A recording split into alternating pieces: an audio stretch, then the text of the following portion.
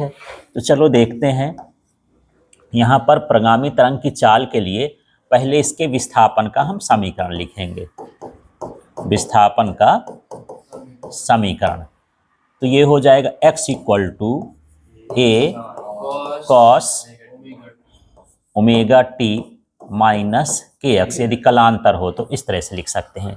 3-4 बताया था ना कि उसके विस्थापन का समीकरण क्या क्या होता है, कई तरह का था।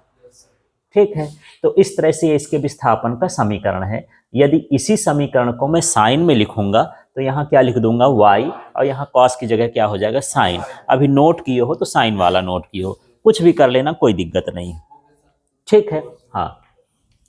अब मान के चलते हैं कि ये जो टाइम है थोड़ा सा बढ़ जाए, जैसे 4 सेकेंड है तो 4.1 सेकेंड हो जाए, तो जो 0.1 सेकेंड बढ़ेगा तो उसका विस्थापन भी क्या होगा, बढ़ेगा। जैसे मैं आगे की ओर चल रहा हूं, तो जब मैं समय बढ़ेगा तो मैं भी बढ़ता रहूंगा, समय के साथ तो मैं भी चल रहा हूं। ठीक है, तो यहां पर ऐसा समझ लेते हैं कि डेल्टा टी समय में विस्थापन डेल्टा एक्स परिवर्तित होता है। अब इस शब्द का मतलब समझते हैं। जैसे मान लो कोई चीज ऐसे ऐसे जा रही है, आगे की ओर बढ़ रही है, ठीक है, तो यहां तक अभी मैं केवल इतना जानता हूं कि यहां तक की जो दूरी थी वो कितनी थी, 5 सेकेंड। अब जैसे 5.2 सेकेंड हुआ तो थोड़ा बढ़ेगा कि नहीं बढ़ेगा, जब चल रहा तो थोड़ा ये बढ़ गया, तो ये जो 0.2 सेकेंड है वो डेल्टा टी कहलाया। और मान लो ये 2 मीटर चल दिया तो ये क्या कहलाया, डेल्टा एक्स कहलाया, है ना। तो यही है कि डेल्टा टी समय में विस्थापन डेल्टा एक्स तक परिवर्तित होता है, लेकिन कलांतर कैसा होता है, नियत होता है। यहां पर क्या हो जाएगा, लेकिन कलांतर क्या होगा, नियत होगा। ठीक है, क्लियर हो गया।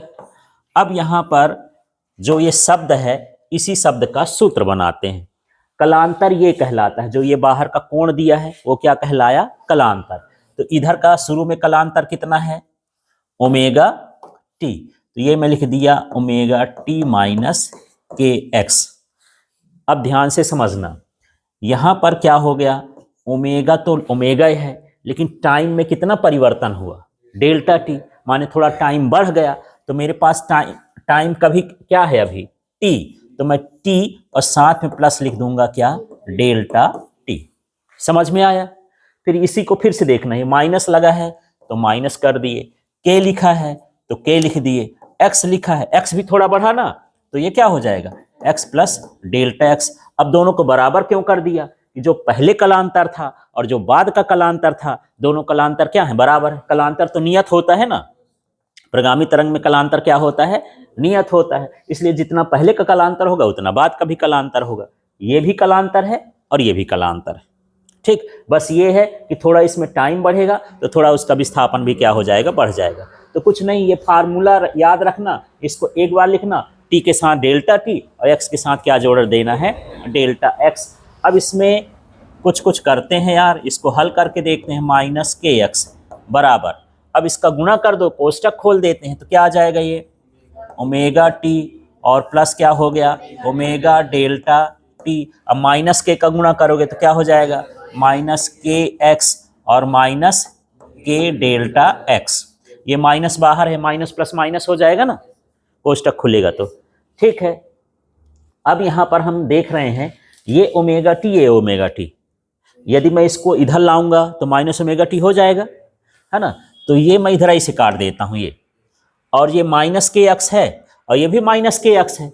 यदि इस माइनस के एक्स को इधर लाऊंगा तो प्लस के एक्स हो जाएगा, तब तो कटेगा ना, पक्षांतर कर लोगे तो ऐसे ऐसे समान चिन्ह वाले कट गए। अब हमारे पास क्या बचा है यार, यहाँ हो गया क्या, जीरो, यहाँ क्या हो गया, ओमेगा डेल्टा टी, और यहाँ क्या हो गया, माइनस के डेल्टा एक्स। यही बचा। माइनस माइनस गुणे में प्लस होता है, जोड़ घटाने में तो वही रहेगा ना, बड़ी संख्या का चिन्ह लगेगा। ठीक है, अब इसको यहां ले आएंगे, इसका पक्षांतर कर लेता हूं, तो क्या हो जाएगा, के डेल्टा एक्स बराबर क्या हो गया, ओमेगा डेल्टा टी। ठीक है, अब डेल्टा एक्स रहने देंगे, डेल्टा टी को इधर और के को उधर करना है, तो क्या हो जाएगा, ये delta x upon delta T बराबर क्या हो गया, ओमेगा अपॉन के। तो ये डेल्टा एक्स माने विस्थापन और डेल्टा टी माने समय अंतराल। तो विस्थापन बटे समय अंतराल क्या होता है, वेग। तो इसकी जगह क्या लिख सकते हैं, v। तो यहां पर हमारे पास क्या आ जाएगा, यहां लिख देता हूं, मेरे पास आया v बराबर w अपॉन क्या है के। तो जहां ये delta x upon delta T बराबर v, ये प्रगामी तरंग की क्या आ गई, प्रगामी तरंग की चाल। ठीक है, यदि आपको कोणीय आवृत्ति पता है और तरंग नियतांक पता है तो इनका मान रख दोगे तो ये आ जाएगा। ठीक, इस सूत्र को और आगे बढ़ा लेते हैं। v इक्वल टू ओमेगा का मान 2 पाई न्यू होता है ना, 2 पाई न्यू, और k का मान होता है 2 पाई लैम्डा। ठीक है, तो यहां पर आप लोग जानते हो, पहले भी पढ़ चुके हो कि ओमेगा इक्वल टू क्या होता है, 2 पाई न्यू। ठीक, और यहाँ पर k इक्वल टू क्या होता है, 2 पाई अपॉन लैम्डा, इस तरह से। ठीक है, अब इसमें कुछ कटने वाला है क्या, हाँ, तो ये 2 पाई से 2 पाई कट गया, लैम्डा ऊपर चला जाएगा, तो क्या हो जाएगा, v equal to nu lambda, है ना। यदि इसको शब्दों में कहें, जो तरंग की चाल होती है वो आवृत्ति और तरंग दैर्ध्य के गुणनफल के बराबर होती है। ठीक है, यदि एक सूत्र और बनाना चाहें तो देखो, v इक्वल टू न्यू का मान 1/t होता है, तो क्या हो जाएगा, लैम्डा बटे टी। यहां पर न्यू बराबर क्या है, 1/t।